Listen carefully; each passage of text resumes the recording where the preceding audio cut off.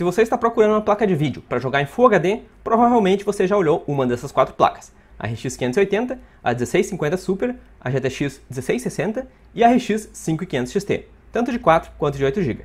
A 570 também é uma opção bem popular, mas a própria 580 já tem lutado bastante para entregar os 60 quadros na qualidade alta nos jogos atuais.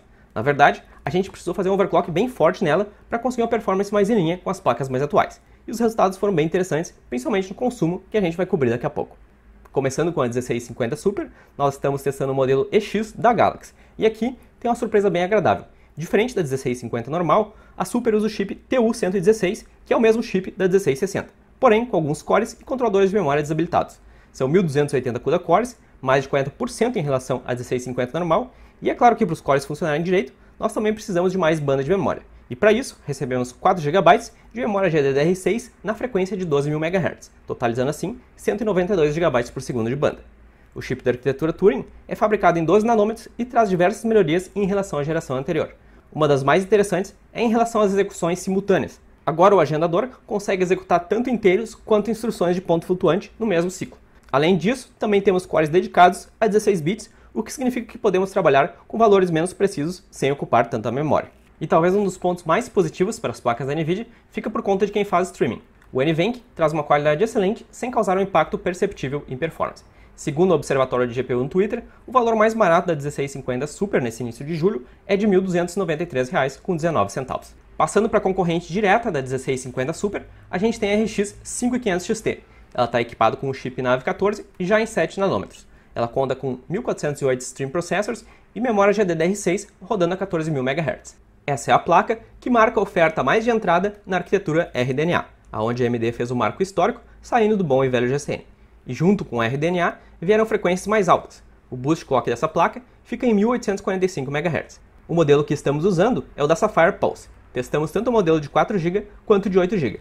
Mas analisando os preços, fica difícil recomendar a 5500 XT de 8 GB, já que ela está na mesma faixa de preço da GTX 1660, que se saiu significantemente melhor.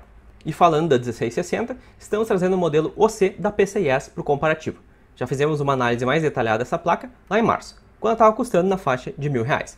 E nesse mesmo vídeo eu avisei para comprarem os estoques de dólar antigo. Mas né, quem ouviu, ouviu, quem não ouviu, hoje vai pagar mais de R$1.600. E para finalizar, nós temos a boa e velha RX 580. Ela vem equipada com o chip Polaris 20, com todos os seus 2304 Stream Processors, ainda fabricados em 14 nanômetros. E por isso, o consumo dela vai ser um pouco diferenciado. A versão em específico que estamos testando é a da Sapphire Nitro Plus de 4 GB. Ela está equipada com módulos GDDR5 de 7.000 MHz e, graças ao barramento de 256 bits, traz a maior banda de memória entre todas as placas. São 224 GB por segundo. Uma coisa legal dessa placa é que ela é Dual BIOS, mas como eu sou cabeção, eu acabei usando a frequência de 1340 MHz que vem junto na BIOS silenciosa ao invés da BIOS normal. Mas enfim, para compensar, eu também fiz um overclock bem puxado nela. Foram 1520 MHz com 8800 MHz nas memórias. É claro que com isso, o consumo também foi nas alturas, mas pelo menos assim a gente conseguiu acompanhar as placas mais novas. Infelizmente, eu não encontrei o modelo de 4 GB hoje nas lojas, e a de 8 GB foi a placa que mais sofreu com o ajuste de preço, indo de R$ 800 em janeiro para mais de 1.400 agora em julho.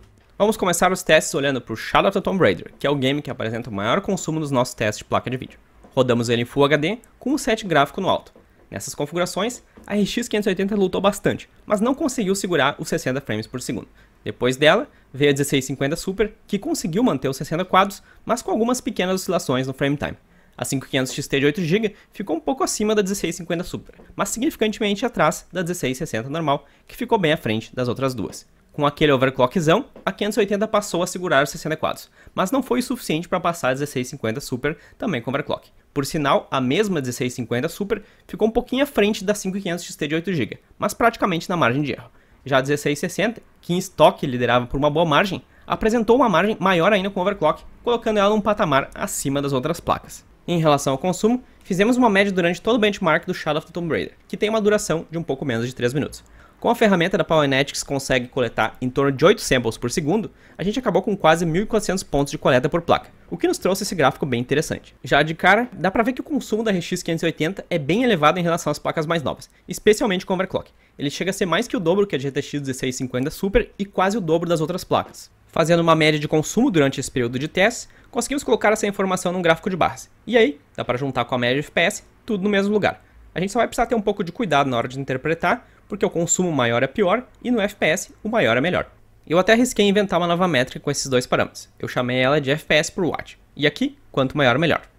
Passando para o Assassin's Creed Odyssey, vemos a RX 580 mais uma vez chegando perto, mas não conseguindo manter aqueles 60 frames por segundo.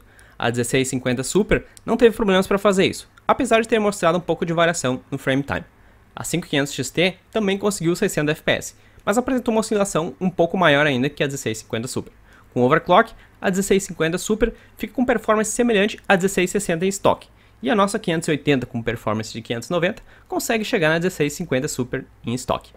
No Far Cry 5, a situação é bem parecida, mas aqui a 580 não tem problema para chegar nos 60 frames por segundo.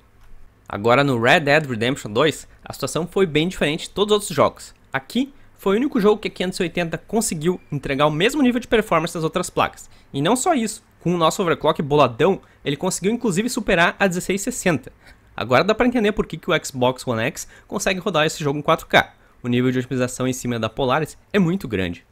E como um bônus, eu fiz o test drive no Gear 5 com a 580 e a 1650 Super. E pelo que deu para ver, é mais um jogo que a 580 começa a mostrar um pouquinho de dificuldade para alcançar os 60 frames por segundo, mas ainda assim perfeitamente jogável. O mais interessante aqui foi que mesmo com o nosso overclockzão, a 580 não conseguiu chegar na 1650 Super em estoque. Agora que nós já conhecemos a performance dessas placas, vamos dar uma olhada mais de perto em cada uma para comentar os seus pontos positivos e negativos. Começando com a 1650 Super da Galaxy, essa é a novidade aqui em casa. Então, como de costume, vamos abrir para dar uma olhada no projeto. O processo é simples, e a Galaxy permite fazer a abertura sem perder a garantia. Apenas tenham cuidado para soltar o conector dos fãs antes de retirar o cooler. Dá para ver que a gente tem thermopad aqui nas memórias e que eles fazem um bom contato com o dissipador. Tenham cuidado com eles também, caso forem reutilizá-los, e verifiquem se eles estão cobrindo bem as memórias. Os MOSFETs que fazem parte do VRM também têm um bom contato com o thermopad, tanto é que dá para ver a marca deles direitinho aqui. Para medir e regular o consumo, a NVIDIA utiliza resistores shunt tanto na alimentação do PCI Express quanto no conector de 6 pinos da fonte.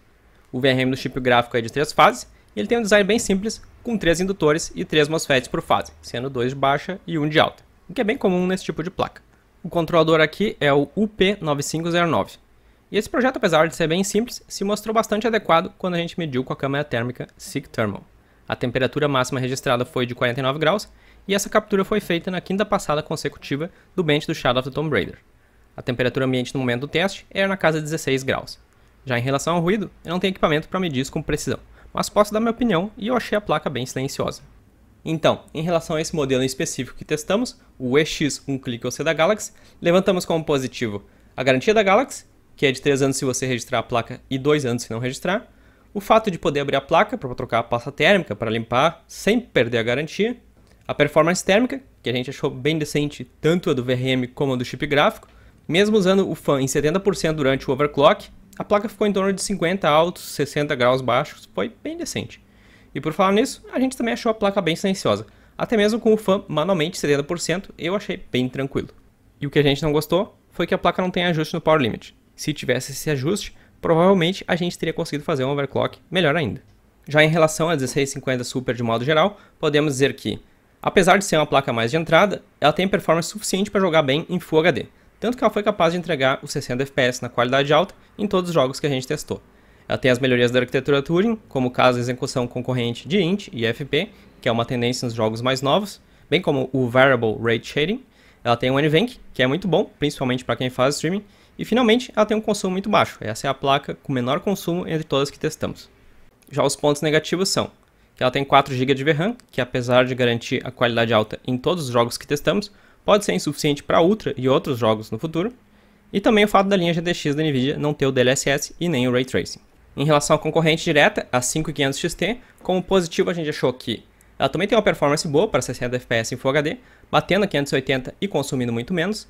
Tem as melhorias da arquitetura RDNA, que traz um IPC melhor e uma latência menor, e apesar de não ser nenhuma novidade em relação à Vega, ela também tem o Rapid Packet Math, que é uma novidade em relação à Polaris, que é a arquitetura da 580. Ela também já está em 7 nanômetros, que representa uma redução substancial no consumo em relação à Polaris. E como entusiasta, eu também gosto do fato de eu poder fazer modificações via software, como o Soft Power Play Tables, dribbles limite de overclock da AMD, mas não é uma modificação oficial. Nos pontos negativos, temos que o preço do modelo de 8 GB é alto em relação à concorrência, ficando inclusive muitas vezes acima da 1660, que é uma placa superior em tudo que a gente testou. Que o modelo de 4 GB também representa um consumo elevado de memória, como por exemplo no Shadow of the Tomb Raider, a gente precisou diminuir as texturas para o médio para evitar uma boa perda de performance. Isso não aconteceu nem com a 1650 Super e nem mesmo com a RX 580 de 4 GB. Em relação ao RDNA1, ele não tem o Variable Rate Shading, que é uma tecnologia promissora para o futuro, que já está presente também na arquitetura Turing. E em relação ao overclock, principalmente no overclock de memória, ele fica limitado artificialmente pelo driver da AMD, e a gente notou que a placa não tem problema para atingir a frequência máxima que está presente no driver. Em relação à 5500 XT Pulse da Sapphire, a gente achou positivo que a placa é extremamente bem construída, tem 6 fases e bons componentes do VRM, a placa conta com fusíveis, que é bem difícil de se achar nas outras fabricantes, também tem uma ótima performance térmica, sendo a placa mais fria que a gente testou, e ela é bem silenciosa também com o perfil de fã original. E nos pontos negativos a gente não achou muita coisa, só na garantia, já que a Sapphire dá apenas 1 ano de garantia. Partindo para a RX 580, nos pontos positivos a gente pode dizer que a performance também é bem razoável, embora ela não tenha conseguido atingir os 60 FPS na qualidade alta em todos os jogos que a gente testou, que normalmente também ela é a placa mais barata das 4, o que torna ela um bom custo-benefício, e que também a BIOS pode ser modificada com certa facilidade, mas isso é uma coisa mais para entusiasta, né? Já nos pontos negativos a gente tem que ela tem o pior consumo, né? Ele é desproporcionalmente maior do que todas as outras placas que a gente testou. Ela tem a pior performance também entre as placas que a gente testou. Embora a gente tenha usado o modelo de 4 GB com o modo Silent BIOS, eu também acredito que a mesma coisa aconteça com a de 8 GB. Tem um boost de 1000 MHz na memória, mas mesmo assim ela deve continuar sendo a placa lanterna do nosso comparativo. E outra coisa também é que a arquitetura já está defasada, né? Ela não tem o Rapid Packet Math e nem o VRS. Em relação ao modelo da Sapphire que a gente testou, o Nitro Plus, a gente tem todos os mesmos pontos fortes da 5500 XT e acrescentamos aí uma ótima capacidade de overclock, que eu acredito seja mais em relação à sorte na loteria de silício, mas certamente a construção da Sapphire ajudou a maximizar esse overclock. Em relação à GTX 1660 da PCIe, a gente já analisou ela com bastante detalhe no vídeo que vai estar aparecendo no card aí para vocês. Já a 1660, de modo geral, tem como positivo que ela tem a melhor performance entre as placas testadas, e ela também tem as melhorias da arquitetura Turing e o NVENC, que já foram mencionados na 1650 Super. Já os pontos negativos seriam que o preço é bastante elevado, ele chega perto da 1660 Super, que é uma placa significantemente melhor, e assim como na 1650 Super, falta o DLSS e o Ray Tracing, que provavelmente vão vir em todas as outras placas da nova geração.